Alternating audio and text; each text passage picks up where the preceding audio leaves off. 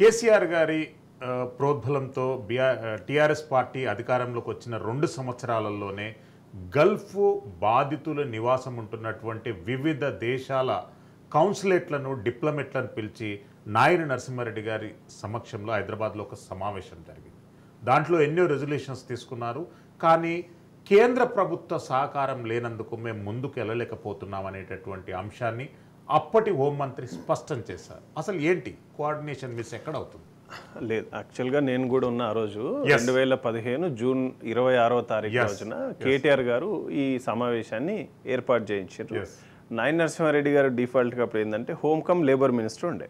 So labour minister అండర్లో కూడా TOMCOM అని ఒకటి Telangana overseas man power company అని మనకు యునైటెడ్ ఆంధ్రాలో మనకు ఓమ్ క్యాబ్ అని ఉండే. అది స్టేట్ బైఫర్కేషన్లో డిఫాల్ట్గా ఏపీకి వెళ్ళిపోయింది. సో మనకు ఏజెన్సీ లేకపోతే ఆ రోజు మేము నాయని నరసింహారెడ్డి గారితో కొట్లాడి ఆ రోజు మాకున్న చనువుతో బాపు అది కంపల్సరీ మనకు కావాలని మనం ఇలా మనకు ఏజెన్సీ లేకపోతే ఇలా గల్ఫ్ ఏజెంట్ల చేతిలో మోసపోయి చాలా ఇబ్బంది పడతారు. మనకు ఒక ఏజెన్సీ ఉండాలి, ప్రభుత్వ రంగ సంస్థ. బేసిక్గా టామ్కామ్ అనేది ప్రభుత్వ రంగ సంస్థ. ఇది ఉంటే మనకు బాగుంటుంది అని అంటే మరి ఎట్లా చేద్దాం దాని అని అప్పటికే ప్రభుత్వంలో ఒక ప్లాన్ ఉండింది. సో దాన్ని కేసీఆర్ గారు ఇమ్మీడియట్గా సీరియస్గా తీసుకొని ఢిల్లీకి పంపించేసి అప్రూవల్స్ అన్ని తెప్పించారు. దానికి అప్పుడు CEO రజత్ గారు ఉండే, తర్వాత KY నాయక్ గారు అని కలెక్టర్ MDగా వారు ఉన్నారు, జనరల్ మేనేజర్ భవానీ గారు అని ఉండే.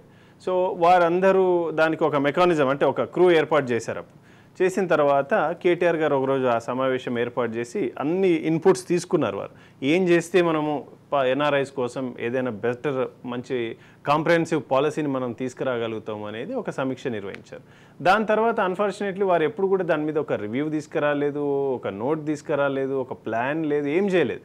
తర్వాత మేము అడిగాం, సరే టామ్కామ్ అయితే వచ్చింది, మరి దీనికి వాట్ నెక్స్ట్ అంటే ఉట్టిగా ఏజెన్సీని పెట్టుకుంటే మనకు మరి ఉద్యోగాలు ఎవరు ఇవ్వాలి, ఇది ఉందని కూడా చెప్పాలి కదా మనం అని చెప్పి అప్పుడు నాకున్న పరిచయాల ద్వారా మనం ఏం చేసినామని అంటే కేటీఆర్ గారికి చెప్పినప్పుడు వారు కూడా ఏం చేశారు, రజత్ కుమార్ గారికి తర్వాత నాయని నరసింహారెడ్డి గారికి వీళ్ళకి చెప్పేసి ఖతార్, కువైట్, బహ్రెయిన్ ఆ డెలిగేషన్లో ఆ రోజు నేను అఫీషియల్గా కూడా నన్ను కేటీఆర్ గారు పంపించేసి అప్పుడు మేము ఒక 70 కంపెనీస్తోనే MOU చేసినాం, మెమొరాండమ్ ఆఫ్ అండర్స్టాండింగ్ అని.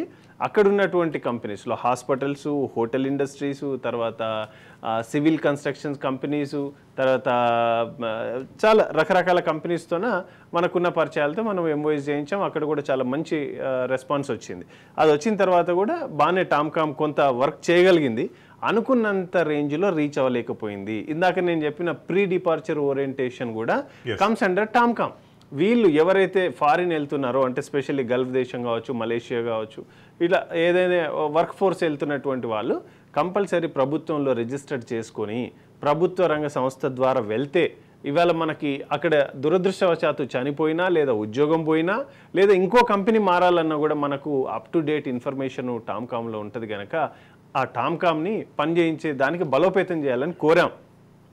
వెరీ అన్ఫార్చునేట్ ఏమైందంటే ఆ రోజుల్లో అప్పుడు అక్కడ దానికి చైర్మన్గా కేసీఆర్ గారు రంగారెడ్డి గారు అని ఒక పెద్ద ఆయన వాళ్ళ మిత్రుడు అని చెప్పి అపాయింట్ చేశారు. వారికి దాని మీద అవగాహన లేకపోవడము, తర్వాత వ్యవస్థ కుంటుపడము, దాని మీద జరగలేదు. మేము కూడా చాలాసార్లు కొట్లాడాము, ఇవన్నీ జరిగాయి. అయితే ప్రభుత్వం కూడా ఎప్పుడు కూడా ఎట్లుండాలి అంటే ఒక విజన్తో ఉండాలి. ఒక సంస్థ లేదా ఒక ఆర్గనైజేషన్ పెట్టినప్పుడు దీని ద్వారా రేపు భవిష్యత్ తరాలకు మనం ఏమి ఇవ్వబోతున్నాము, ఏం చేయబోతున్నాము. ఇవాళ యువత ఉద్యోగాలు అంటున్నారు. మన ఇండియాలోనే, మన భారతదేశంలోనే కేరళ అనే రాష్ట్రం, ఇది ఎక్కడో కాదు కదా, మన దగ్గరే ఉన్నటువంటి రాష్ట్రం, దక్షిణ భారతంలో ఉంటుంది. కేరళ అనే రాష్ట్రం ఎప్పుడు కూడా అక్కడ ఉన్న యువతని they never asked to expect employment from the government. మీరేదో ప్రభుత్వంలోనే ఉద్యోగం కావాలి, ప్రభుత్వ రంగ ఉద్యోగమే కావాలి అని వాళ్ళు ఎప్పుడు కూడా ఆ ఆలోచనని కూడా దరిదాపుల్లోకి రానివ్వరు.